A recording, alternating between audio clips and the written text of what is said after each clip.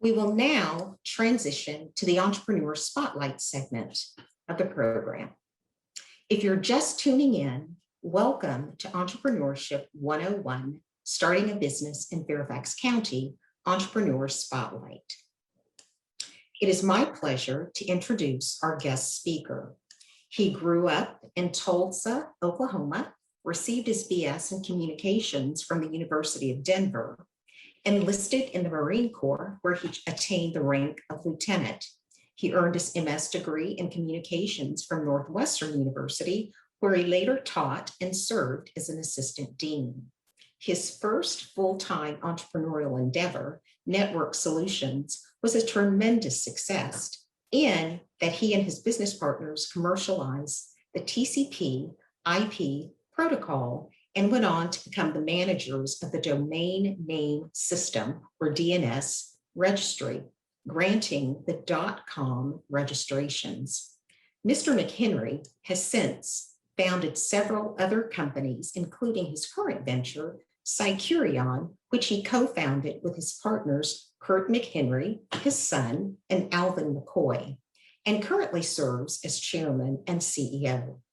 In addition to being a serial entrepreneur, Mr. McHenry is also a former FCEDA commissioner and a tech titan. Welcome to the stage, Mr. McHenry. Thank you for being here. Well, I'm delighted to be with you. I've been listening to what folks have had to say, and I wish I'd had all that guidance when I first started as an entrepreneur. Well done, people. Very well done. Thank you so much.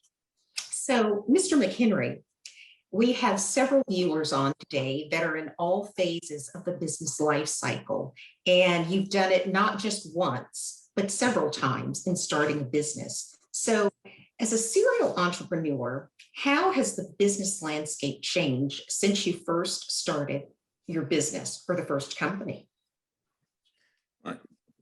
A significant piece of it, it's technology dominant. Most of us are finding ways to use technology differently or to create emerging technologies. In this region, when I started, there weren't investment bankers looking at Northern Virginia to invest in. Even when I went on the Economic Development Authority, we didn't have so much of that. I think you guys have been a part of attracting investors, but the big thing was the capital resources weren't here. But what was here was talented people, a government that needed technology, that needed services, that were looking for competitive pricing. So there were opportunities, but the big difference was the capital marketplace.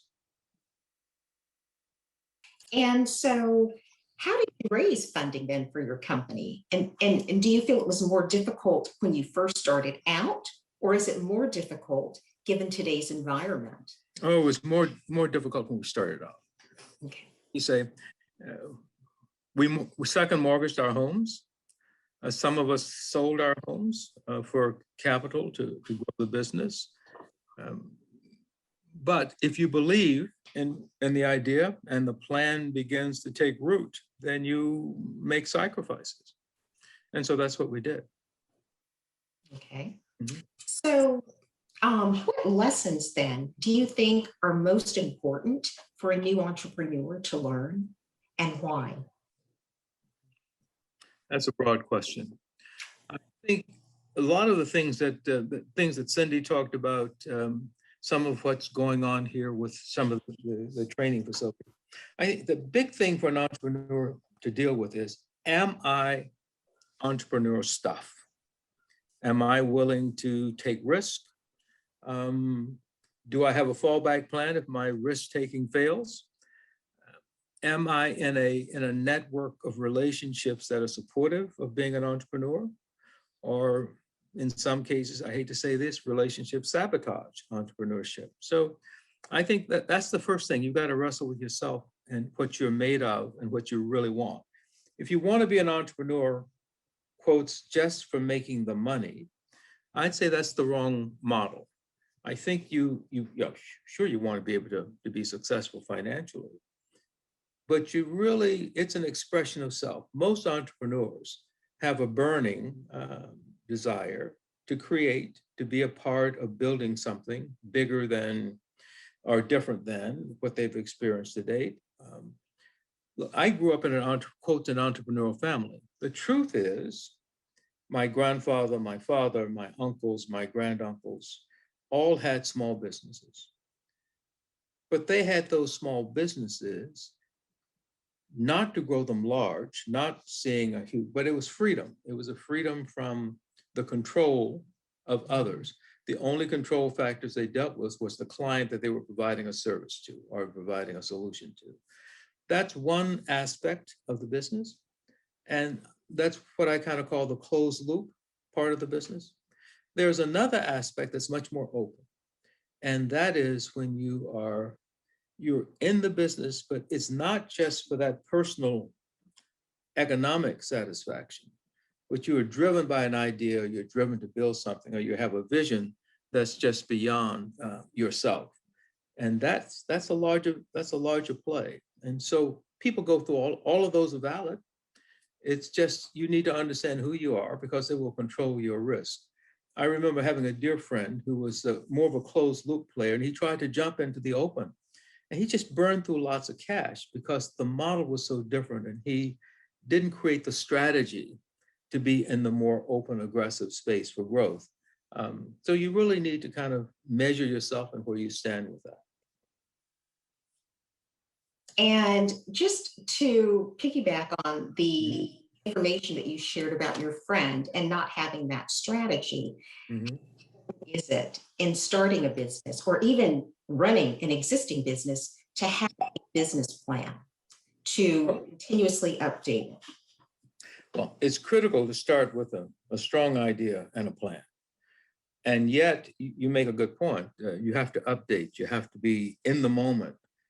You just can't drive down a road and the light goes dark on you and you say, I'm going to keep going down this road.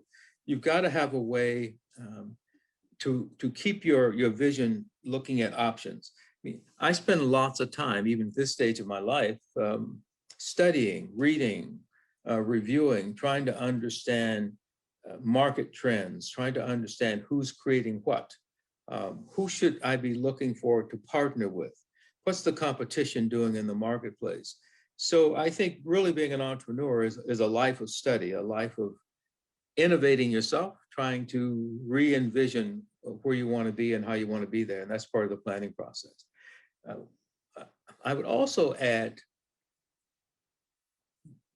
an entrepreneur has to ask the question. One of the things that was missing in the 10 points that Nick gave, I'd add one other thing, Nick, and that is, who are you going to partner with to build your business? Are they going to just be employees that you will attract? And what are you going to give them to make it meaningful for them to take the risk with you? Or is it going to be partners? And what do you know about those partners? I mean, it's one thing to go to a baseball game to have a beer with a person. It's another, getting into business with a person is more difficult than getting out of that business if things don't work. Can be more difficult than getting out of a marriage even. So you have to look at this almost like this is a form of marriage when you partner. But if you do the right kind of partnering and you create the right diversity, I mean intellectual diversity, I mean thought processes, I mean methods and tools, et cetera, then that is can be a very powerful foundation for growing a business.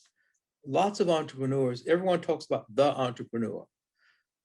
I dare say most successful entrepreneurs, you should be talking about the team and the team that they built and the people they attracted to get to where they want to go.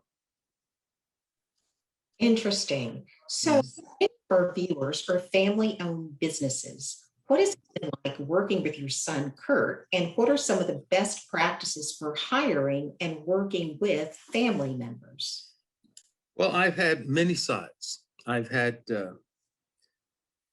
a sister's a PhD in engineering who was an engineer, but she didn't really trust people. And to be an entrepreneur, there needs to be, you got to trust but verify, but you got to start with the trust factor. So that didn't work out very well. And she recognized that and she started something of her own. I had a younger son who was with us for a while. He came to say, Dad, this isn't for me. And I was glad he did, because I was about to say, this isn't for you. My son, Kurt, is different. It was unique. I mean, I remember when he was a child, at the dining table with my family, we talk about business. I talk about what I was doing. And of course, I gave the happy side of the business. I didn't say we're about to go broke tomorrow. That sort of thing. But one night I was sitting at the table and I said, we were talking, what's the challenge today, Dad? I said, well, I got to fire this guy. He just can't get the vision. And Kurt said, Dad, you want to fire him, or are you going to ask for his resignation? Now, this is a business guy. He understands human resources. He understands people. The difference between firing and asking for a senior manager's resignation allows them to keep their self-respect. It makes it easier. Just that. So he has that knack. He has that understanding around people and people relationships. And before we became business partners, he worked other places. You know, he worked for AT&T, and et cetera, et cetera. So he learned not just what Dad could share with him, but he went about learning what other people were doing and the methods and tools they use. And so when we became partners, he brought that into the business. But he wasn't a partner day one. He also, when he was in college, I think high school, I sent him to Oklahoma to work with our operation there, independent of me. I wasn't around. So he's had broad experience. He's a compliment to me. I'm overly optimistic. And he's the guy that says, Dad, think about this for a minute. You know, but that's what you want. You want a partner that can balance you out, because we all have leanings, and some of those leanings can get you into trouble. And so you need someone that can say, well, let's think about this a little different way. The biggest challenge I've ever had is when I had a board that didn't give me that kind of feedback with some crazy idea I had. So yeah, it's been easy. It's been easy.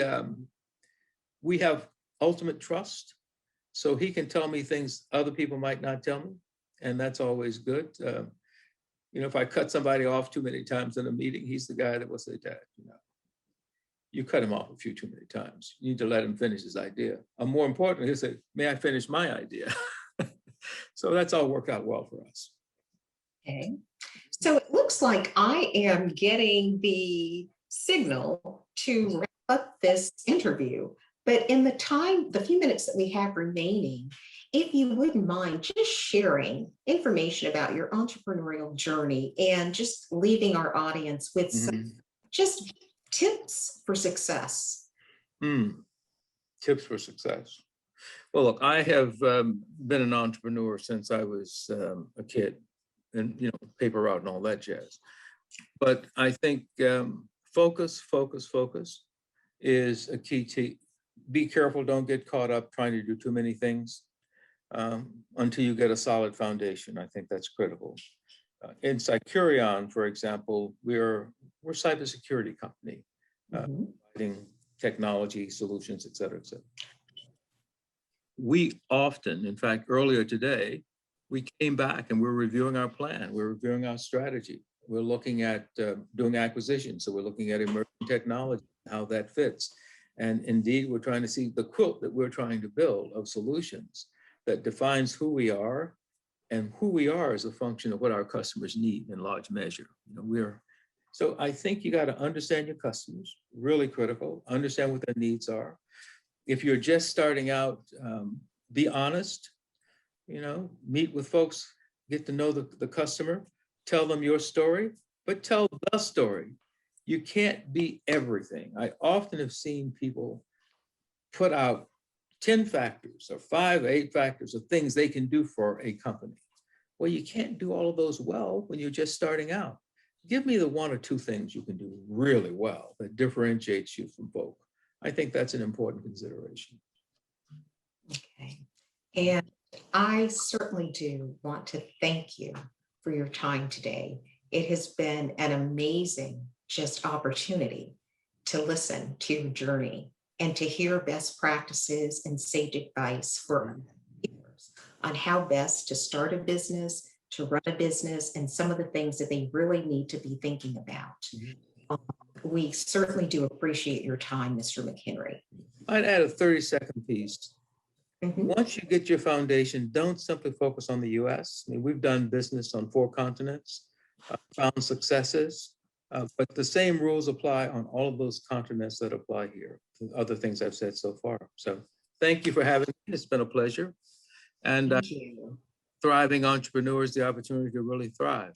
So take care. Thank you so very much. I'd like to thank Mr. McHenry for being here today. And